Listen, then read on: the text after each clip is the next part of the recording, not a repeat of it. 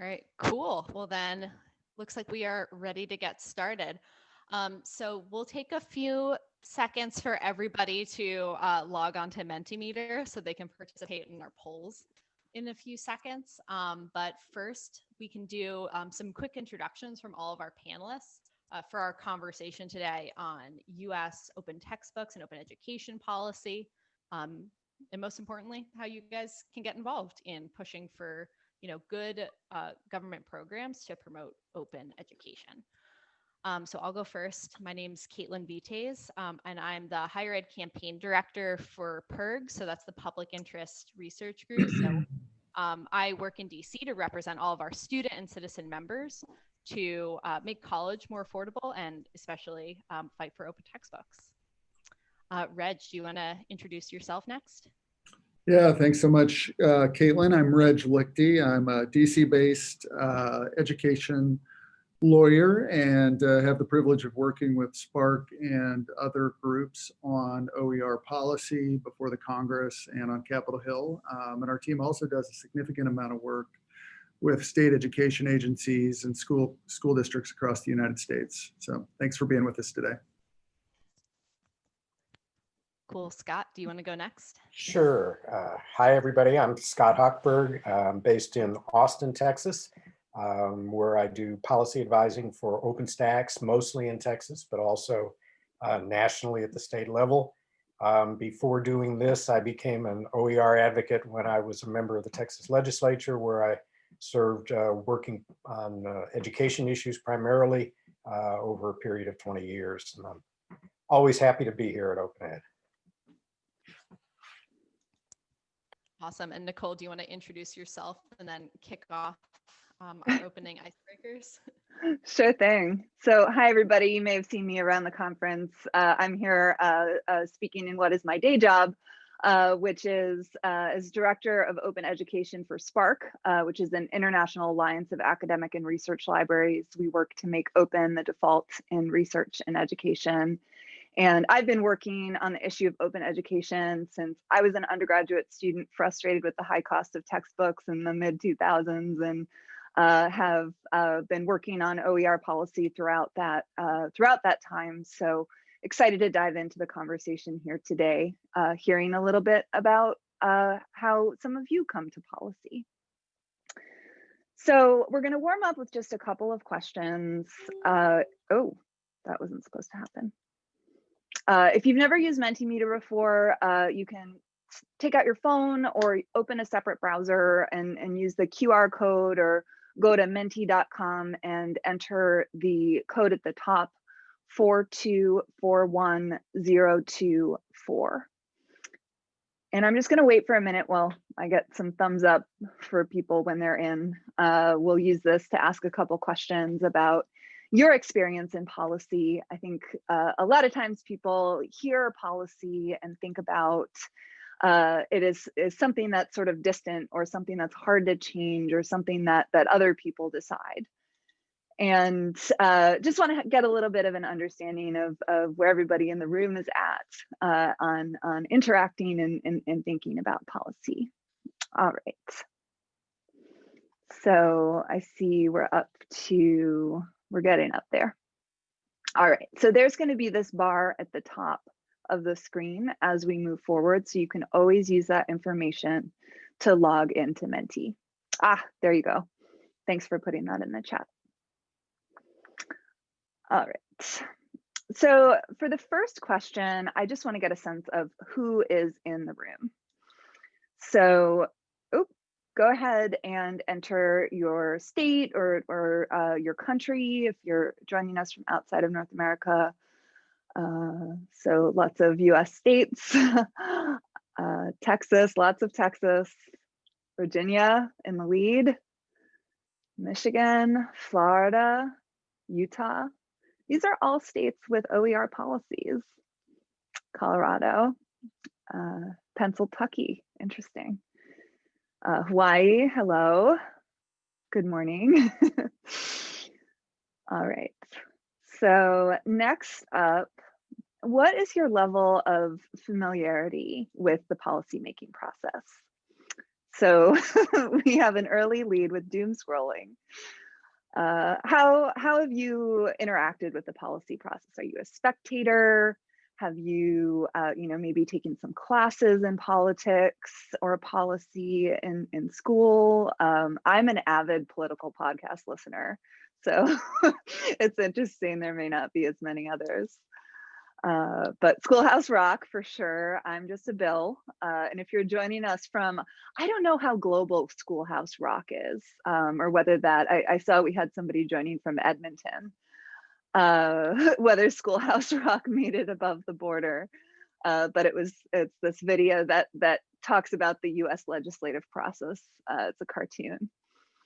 Well, I think you're good without it. And also without some features of the US legislative process, for sure. All right. I'll do a quick version of what Schoolhouse Rock is later. Yeah. All right. Or somebody can find it and stick the link in the chat. You can check it out. I think the big feature of Schoolhouse Rock that I think it gets very accurately is that it depicts a lot of waiting. As we try to work pieces of legislation through two different chambers that have to agree on it before it can actually get signed into law, which is a little bit different than, say, Canada's system. All right, so If let you us. look at Scott's video, you can see a figurine of the poor little character from the video. Scott is a former state legislator, of course he has that. Scott, you're on mute. Too often, though, in my case, Bill would just die. Yeah, that's the fate of a lot of bills. All right, so have you ever taken action to influence policy? So I see a lot of people who have taken grassroots action, so calling, emailing, tweeting at elected officials, signing petitions, voting. That's so important, and especially talking about the US context recently. People who've submitted public comments. I know a lot of people in this community likely participated in the open textbook pilot public comment period, which we'll talk about a little bit later on. But I'm really excited to see that some people have met with policymakers or worked on a campaign, or that it's actually part of your job. And that's really good that we have an audience that includes all of those different perspectives. So thank you for sharing. And if you're just joining us, the code at the top of the screen will tell you how to log in and participate in the poll. We have just a couple of other questions. So here's sort of an open-ended question. When you think about policy, where do you think about more of the action happening? What do you envision? Do you think about, a big government? Do you think about your state? Do you think about, policies at your institution? Oh, they're not showing up. Let's see if I can get that to happen. Uh-oh, there we go. Yeah, so, all right, so lots of people thinking about the state level. That makes sense, or I should have been more inclusive, state or province. Lots of people thinking about their institution, thinking a little bit closer to home, like your department, or what kind of policies you have at your home. For example, being required to take off your shoes before coming in the house. That's an example of a policy. And at this conference, the statement that you've heard at the beginning of every session is actually part of a policy that the conference made around our code of conduct. And the answer is that actually policy happens at all of these different levels. And when we use the word policy, it really just refers to any sort of framework for decision making that we put in place in advance, because it doesn't make sense that every time you have to make a decision, you have to gather everybody together and discuss what to do. We put policies into place to have a framework for deciding what to do without having to figure everything out on a case-by-case basis. So that includes laws, that includes regulations that provide more details within the framework of laws. And then it also includes, guidelines or codes of conduct or, tenure and promotion policies. Those are policies too. So I think in this presentation, we're going to be talking a lot more about the government level, the state and federal level, but it's important to think about policy in a more holistic context and all of the different ways that it affects the work that you do. So the final question is this one. So think about this for just a minute. So what is a problem you are facing in your open education work that policymaking could solve? You can write a short answer or ask a question. Funding, yep, that's always an easy one. Breaking down silos across institutions, more funding. Course marking, for sure, we'll talk about that. Funding, grants, incentives and recognition, absolutely. Lots more funding, all of the funding. So the framing of this question is actually really important because as we approach the question of policy, I think a lot of times it can be tempting to think about policy as a goal, as if I could just pass a policy, we would have OER or we would be able to implement our initiative. But when we talk about policy, it's so important to frame it in terms of thinking about policy as a tool that you can use to clear roadblocks or get resources that can support the work you need to do, as opposed to an end in itself. And I think that's especially important when even looking at some of the examples of policies that are out there, that policies are only as good as their implementation, and changing policies does not necessarily change culture. So as we head into the discussion that we're going to have today, I just wanted to start it out by giving you this frame in approaching policy and thinking about, in your own context, whether you're operating at the state level or the institutional level or the national level, or whether you're thinking about your own department or home. How can you use policy as a tool to get the things done you want to get done? So with that, I will turn it back to Caitlin. Cool. And I believe stop sharing my screen. Perfect. Thanks for setting us up with that conversation, Nicole. I am going to drop a link into the chat.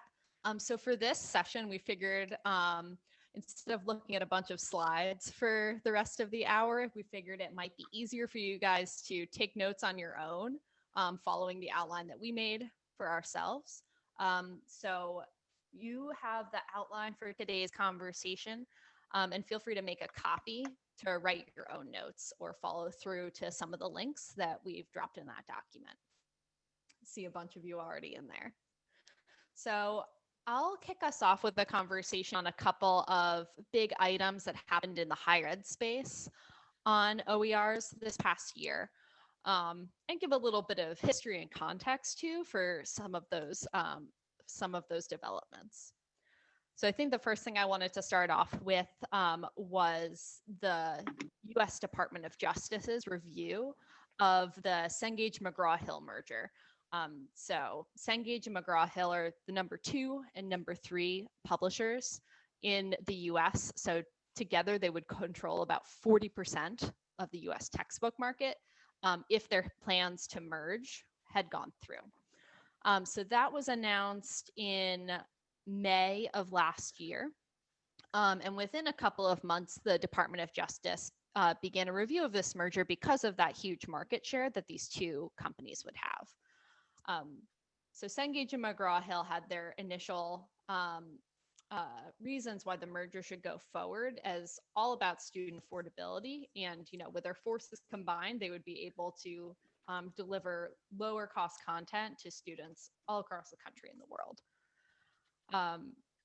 In short, PIRG and Spark and lots of other consumer advocates and open advocates didn't agree with all of those claims of affordability that were key to the merger.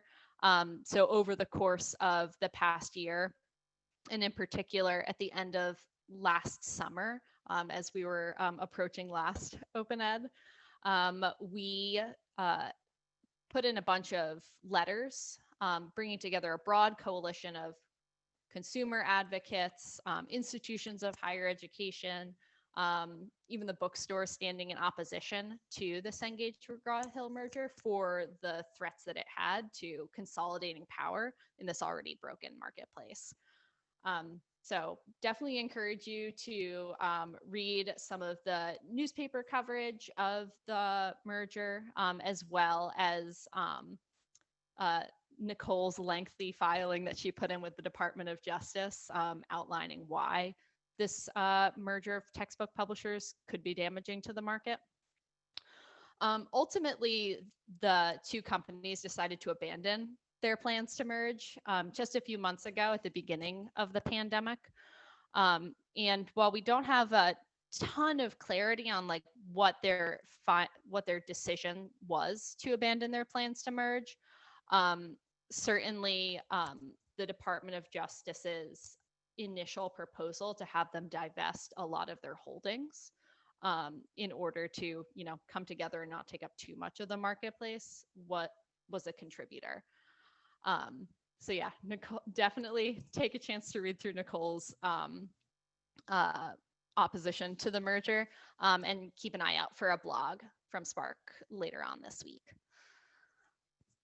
So I think we'll have time for questions at the end of this. So if anybody has questions about the policies that we're gonna walk through on this call, feel free to drop them in the chat and we can circle back at the Q&A discussion at the end. The second big development in the higher ed space this past year was on the open textbook pilot. So it's now in its third year of grants. And as Sharon said in today's plenary session just an hour ago, we do have a deadline for the next class of grants next week. So definitely recommend checking out Spark's resources to help you submit a really good application. But a little bit of background on, what's happened so far and what the next steps are on the open textbook pilot. We initially won funding for this program in March 2018, I believe, after decades of building up a base of support in Congress for the idea of open textbooks. And that the key policy that we were pushing at that time was something called the Affordable College Textbook Act. So a standalone bill that would have not just created an open textbooks grant program, but a couple other policies to, make textbooks more affordable and report on the status of the textbook market. So if you're picturing Schoolhouse Rock and a bill slowly working its way through the House and then the Senate, and then ultimately going to the president for signature, that normal bill making process is a little slow and hard in today's political atmosphere. Let's see. Can you guys hear me a little bit better? Yeah, okay.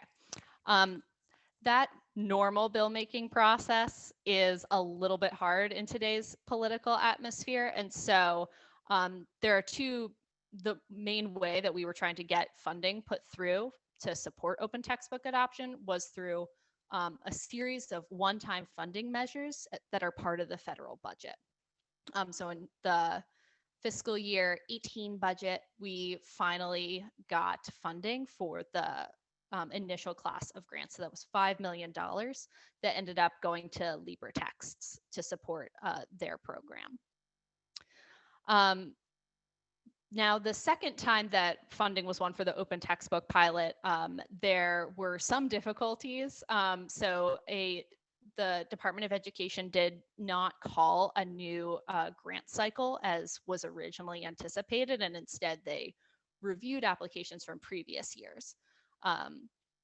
So over the course of the past year, 2 years, folks like PIRG and Spark and other advocates have been working to get new language into the federal budget to make sure that that bill and the funding is handed out a little bit closer to congressional intent. So thanks to everybody on this call and within our larger community that submitted public comments to help shift the program a little bit more in the direction that people were looking for. So some of the changes that came into place for this current grant cycle that we're in right now are a larger amount of grants. So we're not talking, $5 million to LibreTex or $2.5 million to our friends in Wisconsin and Arizona. There's going to be, yes, as Rich just put in the chat, there's not only an increase in funding, but an increase in the number of grants.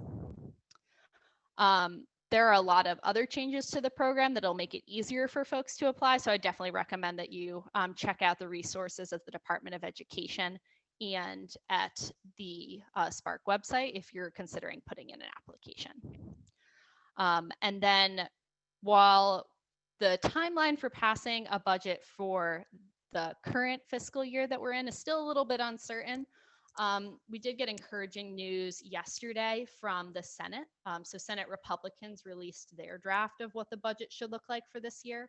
And it did include the same $7 million in funding as we had last year, as well as the same report language in the bill to continue guiding this program in the direction that the community has sort of reshaped it to be. So timeline for that is a little bit uncertain with the new Congress coming into session and this lame duck that we're in right now, but optimistic that we'll be able to continue the program into next year. Nicole, do you have any further thoughts on the pilot that you want to share?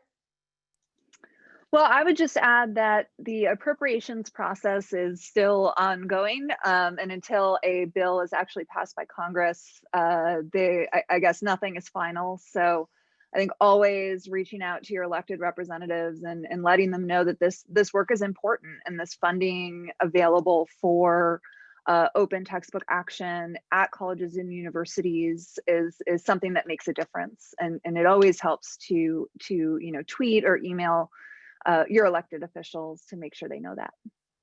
Definitely. And I think my final note on, prospects for higher education before I kick it over to Reg is just mentioning what's on the horizon later this year. So I mentioned earlier how that normal policymaking process is disrupted and it's sometimes hard to pass individual bills like the Affordable College Textbook Act. One policy vehicle that we could get permanent funding for this kind of program, as well as, the same sort of provisions that are in the Affordable College Textbook Act, is to get that written into a overarching bill that governs all of higher education called the Higher Education Act. So this is a bill that's hundreds of pages long and is supposed to be reauthorized or revised and passed again to update how the whole higher education system works in our country. But that process has been delayed in part by partisan gridlock. So as we look to the next Congress that's going to be seated in January, a lot of hopes on getting a new Higher Education Act passed rest on finding out who the new Republican chair of the Senate Education Committee is going to be, to see how quickly they can restart negotiations with Senator Patty Murray of Washington, who's the Democratic lead.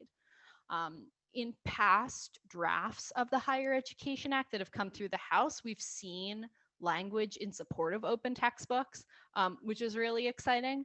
But of course, getting over those hurdles in the Senate and overcoming that partisan gridlock to get good policies passed in support of open is definitely going to be a priority for our whole movement moving forward. So definitely stay tuned for updates on how to get involved when, the time is right for everybody to jump on Twitter and tweet at their senators. Cool. So Reg, do you want to talk a little bit about what's going on in K through 12?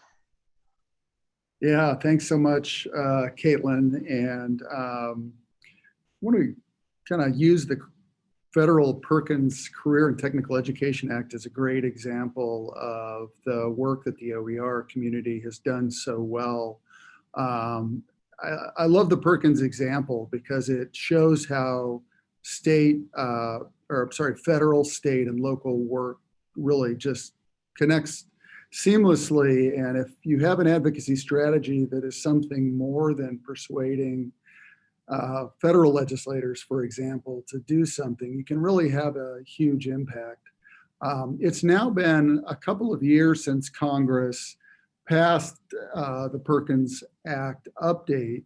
But I want to just talk for a minute about some of the work that stimulated at the state level that sort of wrapped up this year and is now kind of trickling into implementation at the local level. So Congress took the important step, thanks to the work of a lot of folks on this call, of making investments in OER and eligible use of Perkins Act formula funding. And unlike a lot of federal programs, the Perkins Act cuts across both K-12 and post-secondary, which is terrific. So we're successful, a couple of years ago in getting OER into the mix. And then I want to highlight, and I'm going to share in the chat, a document that Spark and a number of partners created to help states take advantage of that OER language. It was a permissible use of federal dollars. So there were a lot of other things states could choose to use with those investments. And of course, they have a lot of demands on CTE and other federal resources. So the Spark team led an effort to say to state leaders, as you write your required Perkins plan that you have to submit to the U.S. Department of Education, here are some ways you can mention OER in that plan. And we took the step of writing a short paper collectively that I think provided a roadmap for states to do that. And we were successful, you can see in the notes, in persuading at least 6 states to mention OER in those Perkins 5 plans.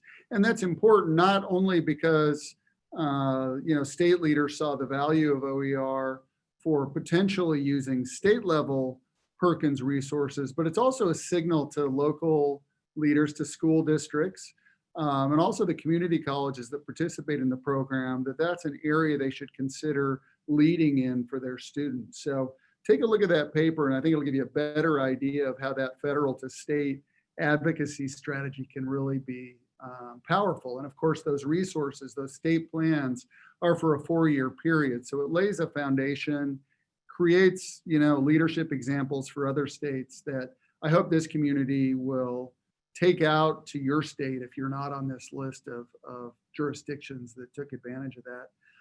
Looking farther back, the Every Student Succeeds Act, which is the main federal K-12 law, is also, thanks again to the work of this team, OER is a permissible investment as part of that program's annual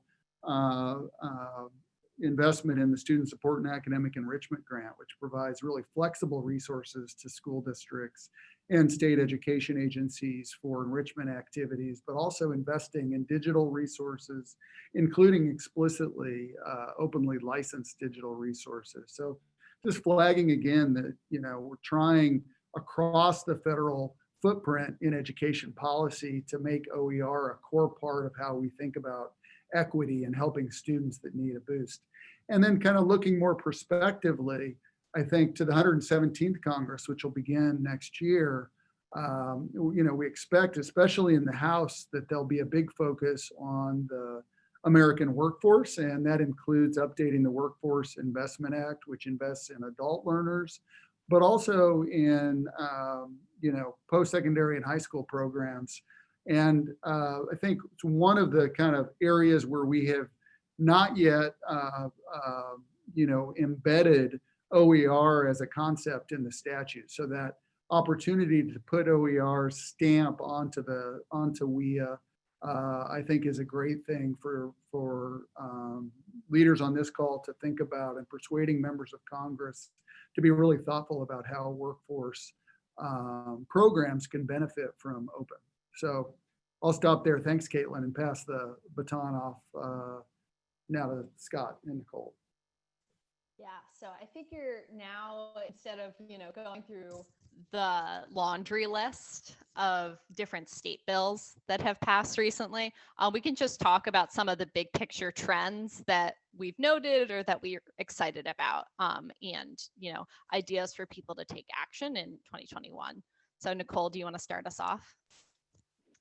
Yeah, so one big policy trend I just wanted to make sure that everybody is aware of, that not all legislation about open educational resources is good, or relating to open educational resources. Actually, over the past few years, we've noticed a trend of efforts by the publisher lobby to actually reach out to politicians who have previously supported OER legislation to pitch bills that sound like they're taking the next step or sound like they're promoting free or low cost access to course materials. But in actuality, what they do is they promote automatic textbook billing programs like inclusive access that are, definitely in the interest of publishers, but there are a lot of questions about how they benefit students and faculty and institutions. So over the past few years, we've successfully sort of advocated against, OER advocates have successfully advocated against bills that would have encouraged institutions across the state to adopt policies for inclusive access and other similar bills. And one new update this year that's, I guess, exciting is that for the first time, a bill was introduced to actually take some steps to regulate inclusive access and the practice of automatically billing students for textbooks. So those, maybe not in higher ed, it's become an increasingly common idea where publishers and other vendors will bill students automatically for access to digital course materials upon enrolling for a course. And these types of policies raise a lot of questions around our students accepting the terms of service without or being sort of forced to accept the terms of service, and any sort of data privacy aspects that come along with that. And to what extent is it providing a good deal for students?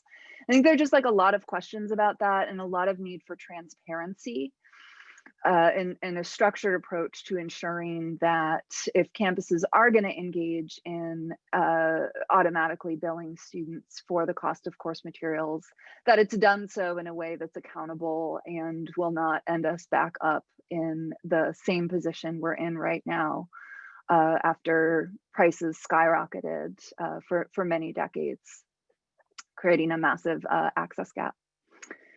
So yes, opt in by default. Yeah. So the bill that was introduced, it was in California. It's called the Fair Access to College Textbooks Act.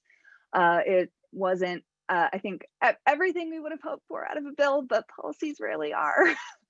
And it was introduced sort of right before the pandemic hit and did not end up advancing, but it provides really fertile ground for continuing the conversation around what kind of policies do we need in place as institutions start to adopt new practices for digital course materials. And so very excited to see California out in front about that. There's some really great stuff in this bill, and grateful to the sponsors of that. So that's my sort of key trend to watch for. I will just quickly note that Spark puts out a state policy playbook every year. So if you want to know more from us, that's a great document to take a look at, and I'm happy to put a link in the chat. Yeah, and you can find a link to that at the bottom of the Google Doc and ways to get involved as well. Scott, would you be able to talk a little bit about some of the initiatives in Texas that you're excited about? If I take myself off of mute, I probably can. Great. Well, and this sort of follows along with what Nicole was talking about with things that aren't specifically, we want more OER for the sake of we want more OER. One of the things that's kind of exciting, and Texas has been doing have been dabbling in OER for probably 10 years now. I passed legislation a long time ago that sort of sat idle until more recently when the OER movement started to grow. And for the first time now, we're seeing legislation and administrative actions in Texas that use OER for a goal other than merely providing free textbooks or providing a way to adapt textbooks to particular courses. First of all, legislation in the last session in Texas that tried to get people who were specifying the textbooks to be used for dual credit courses to look at OER. And there were a couple of reasons for this. First of all, dual credit courses, cost is often a barrier to participation in a dual credit course. And particularly since the high school student and their family aren't used to paying for the textbooks they're going to be using. And along comes this college course where they're going to be able to get college credit without having to leave high school. And that's supposed to be great to help advance them, but here's a bill for a book for $300. And if they're not picking it up, the district is having to come up with the funds for it. So the chairman of the Higher Education Committee in the Texas House passed legislation that says, as you're creating your agreement between the school district and the higher ed institution, you have to at least consider the use of OER in the textbooks you're selecting. That does all the things we talked about in terms of access and in terms of lowering costs, but it also, for the first time, provides a framework that will take a regional group of colleges and high schools and get them on the same page in terms of what the curriculum is going to be. Prior to that, there'd really been no kind of lever that says, okay, if I take this course as dual credit to go to the University of Houston, and then I decide to go to Houston Community College, that it's necessarily going to transfer. And if you provide an incentive and a way to get folks to look at using the same curriculum by way of using the same open textbook, then you have a much greater chance that that will be accepted at all of the universities and colleges that buy into using that particular piece of instructional material. Our higher ed commissioner in Texas is now taking that one step further as he looks for how to spend COVID funds coming from the federal government, in that he is encouraging the development of materials specifically for the courses that have the highest transfer rates within the Texas educational system. Again, a big problem being that you take a course in your first year and then you attempt to transfer to another institution, which is more and more common. But we heard a number this morning that 40% of the courses that are taken are not then recognized for transfer credit, which is a huge barrier to the students moving forward. The thought is that if you can get regional higher ed institutions to agree on the open materials they're going to use, that you don't create a cost barrier for the kids to use this material, and you are all using the same curriculum, so there's no excuse not to accept the transfer credit. Those to me are exciting because it's not OER just for the sake of OER. It's OER, it's showing the potential of OER to solve other problems.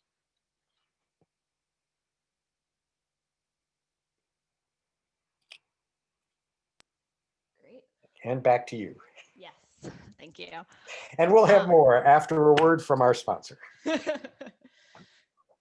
Great. And then, Rich, we're going to talk about CARES funding in a little bit, so we'll circle back to that question later. And then I wanted to highlight two trends in the states to support statewide initiatives that I'm pretty excited about. So I think that we've all seen states like California that have invested in zero textbook cost degrees across their community college and Cal State systems, but have seen other states pop up in the past few years that have made similarly large investments and started really great conversations statewide about how to collaborate to support educators across all the institutions and make sure that there is both funding and professional development and support available for folks that want to adopt open. So states like Colorado and Connecticut in recent years have done really great work to promote open and have statewide councils that are really driving the conversation and being responsive to what they're hearing from institutions on what they need. And then additionally, beyond, fully funded mandates or fully funded programs like those in Connecticut and Colorado and California, there's also a lot of opportunity for state boards of education to take action. So in Massachusetts, in the past few years, there's been a statewide working group coming up with recommendations that the Board of Education can now give to the legislature and, guide the path towards creating a really great open textbook program across the state with funding to support all of the great initiatives they want to work on. And so having all of those stakeholders at the table before the bill gets passed is just as exciting, maybe even more so than some of the other initiatives that we've seen to get folks ready to go as soon as that bill passes and allocates funding for their programs. And then I guess like one further note for, things to look forward to for the coming year is legislation for course markings. So showing the price of books or whether courses use open textbooks to students at the point of registration. So states like Washington and Oregon were some of the first to do this. And now in Texas and many other states and many individual institutions, they're requiring the marking of courses. One of the problems with those course marking bills that has sometimes come up is that it's required for the school to provide that information where they have it, but it's not necessarily required for professors to submit that info to bookstores or whoever the designated person is to collect that information at the behalf of the institution. So I know that folks like Amy Hoffer from Oregon have discussed that that's a point of tension that they would like to address in future legislation or work with faculty to improve reporting rates. But definitely recommend attending her session later today if you're able to learn more about course marking. So I think those are some of the big state trends that we're excited about. But obviously this year has been an open ed and a year like no other. And the CARES Act in particular offered up a pretty new opportunity for people to consider how open can meet existing goals to get instruction online and, improve student success. So I'll kick it back to Reg to talk a little bit more about the CARES and COVID. Yeah, thank you, Caitlin. And, as we dive into this segment, I want to encourage the group to think prospectively about this part of the discussion as well, because, CARES was passed, of course, back in March. So some of those funds, if not many of them, have been accounted for initiatives, across both K-12 and post-secondary education. But not all of them have. But we're close, I think, to some additional federal resources, either during the lame duck or early in the Biden administration. Some additional emergency resources are likely to flow out to the community, and they're likely, I think, to be, as flexible as the CARES Act funds were. So we just want to talk for a minute about CARES and some of the uses that we want you to be aware of. So back in March, when Congress approved CARES, there was about $30 billion provided for education that was divided among post-secondary, K-12, and a smaller amount was given to governors to flexibly support all kind of educational institutions from preschool through higher ed. Those funds were, I think, well designed. Congress understood that in the context of the pandemic, that the recipients of those monies would need the flexibility to address really local needs. And so they could be used largely for any purpose authorized, any education purpose authorized by federal law. There are some exceptions. And the post-secondary piece, I'll also note, was divided in half kind of between institutional uses and half for students to help them navigate the challenge. But the idea here is that some of the OER specific language that we talked about in federal law, especially in the Elementary and Secondary Education Act, that's OER friendly, provides that authorized use. So, you know, as you're thinking about how, especially if you're a K-12 kind of listener, if you're thinking about how to deliver digital learning to students that might still be 100% virtual or learning in a hybrid context right now, you know, there's a clear opportunity to use in, you know, those resources for open educational resources projects. And again, you know, just to kind of highlight some of the advocacy that's been done by the community, I'm just going to share a link to an article that was published by New America that cites the work of the coalition early in this process to signal to state and local leaders the opportunity to use CARES for OER initiatives. And you know, I would say that even though the CARES funding has now been kind of released and on the street for a while, I think it's worth inquiring if you haven't, either with your institution or if you're in a school district with your district leadership, or if you work in a state educational agency, because there are funds set aside for state level activities to say, how are we planning to use these resources if they're not already obligated? And by the way, the education specific dollars were available for obligation from a year upon when they were received by states.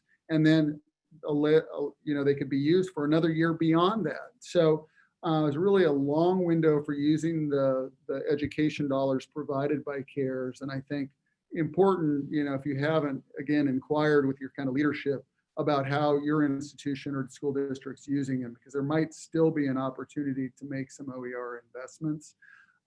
Lastly, there are other non-education CARES Act resources that are often being, we're hearing, used for especially digital learning initiatives. So governors were given another $150 billion for general kind of emergency economic support that they had a lot of flexibility to use. The one challenge with those dollars is that they had to have been obligated for use by the end of this December. But if you've got a relationship with your governor's office, if you know that your district or post-secondary institution has received some of those general CARES Act resources, I think that's another opportunity potentially to invest in some OER projects. And I also know there's going to be another session on this, so I'm not going to dwell on it, but really important, I think, in this emergency to be nimble, think about how to use those resources for OER initiatives, and look around the country to your peers to see if, you know, there are exemplars that you could take back to your states and communities. Thanks, Caitlin. Cool. And we are rapidly approaching the end of our session. So if you guys have questions about any of the things that we've talked about today, go ahead and throw them in the chat and we can address them in just a minute. But Scott, do you want to give us the real quick version on how folks can, you know, get involved with these policy initiatives in their states? I'll give you I'll give you a quick version, but that's always risky when you ask me to do that. But I will mention, just in follow-up quickly to what Reg was talking about, that one of the things Texas has done at the K-12 level is to take CARES Act money that's part of that state allocation and actually use it to adapt OER to the state curriculum, and then put that out as OER out to the school districts so that they would have digital materials available at no charge. So that's one major use of the COVID money that relied on OER. I'm going to tell you a real quick story because it illustrates a bunch of the points that we sort of have on the list for getting involved and being successful getting involved. When I was a first-term member of the legislature, we had 3 days in the Texas legislature that where we had bills of such importance that they were each going to take a whole day of debate. And the first day related to alcohol regulation, and the second day related to guns, and the third day related to taco franchises. And that really told me a lot about what the legislature in Texas was about: booze, guns, and tacos. We got ready for this, and I kind of knew where I stood on booze and guns, but I didn't know anything about this taco franchise bill. And so I wandered around and asked my colleagues what they thought of it. And I got just confusing answers because people just didn't know anything about taco franchises. And I came to one fella who was, I would describe as a thoughtful libertarian. And I asked him how he was going to vote, and he told me he was going to vote in what would be considered the progressive liberal way on this bill. And I was thrown. And I said, Rick, why are you going to vote that way? I thought you want government out of business. And he said, well, yeah, usually I do. But I was home last weekend, and old Fred came to talk to me. And Fred owns a couple of Taco Bell franchises. And he told me that he was in perfectly good shape with the law as it stood, but he saw a bunch of his friends who were really getting a raw deal from the franchisor, and I should vote with the little guy on this one. And so in this case, I'm going to vote that way. And I said, well, since that's the best reason I've heard all day to vote one way or the other, I'll vote with you. So that guy, from going to see the friend he had made long before he needed him as a legislator, got not only Rick's vote, but he got my vote. We ended up being on the wrong side anyway. We lost. But he picked up 2 votes. And so what do we learn from that story? Number one, make your friends before you need them. He didn't call him up at the last minute and say, here's a bad bill, you got to vote against it. He went and got to know him ahead of time. And we'll talk about who the get to know are. Second, just because there's an R in OER doesn't make it an R issue or a D issue. It is not. Don't ever assume that somebody with one side or the other on their one letter or the other on their uniform is going to be for you or against you. Go talk to them. OER really is a bipartisan issue. Reducing the cost of textbooks is a bipartisan issue. Bring them some real life examples. We tend to talk about things in terms of academics and what it does classroom wise. Bring them some real life examples of how it saved money or made education better. And if you can bring students, that's even better. If you can bring their parents, that's even better than that. Have some real world examples about the actual cost of commercial texts. You know, it's been a long time since a lot of members of the legislature went to college. And if they haven't had kids in college recently, they have no idea what the cost of texts are.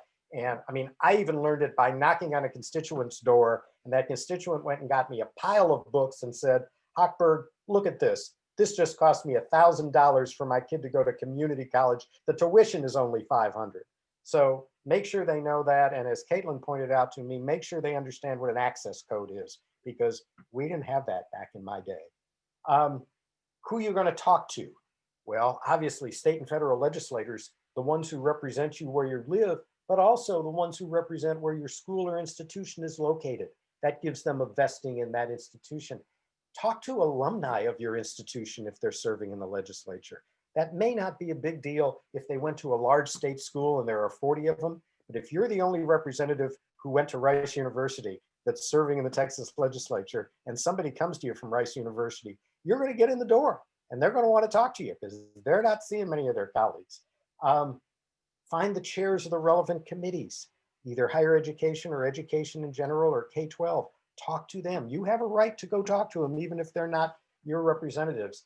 And particularly if they filed legislation to address textbook costs, you want to make sure they understand how OER is a solution, how inclusive access isn't. Don't forget also your state higher education and K-12 governing agencies. Those vary by state. Sometimes you've got a commissioner, a state superintendent. We have an elected K-12 board, statewide board in Texas. Go talk to those people. They have the power to do an amazing number of things without having to pass a bill. And the easiest way to pass a bill is not to have to pass it. And so with that, I'll throw it back to Caitlin and hope that's helpful. Cool. So that puts us at time for today's session. So we're going to have to, I believe, Nicole, shut off the recording now. But if you guys want to hang out for the next 15 minutes and ask any questions that you have, we are happy to answer any of them.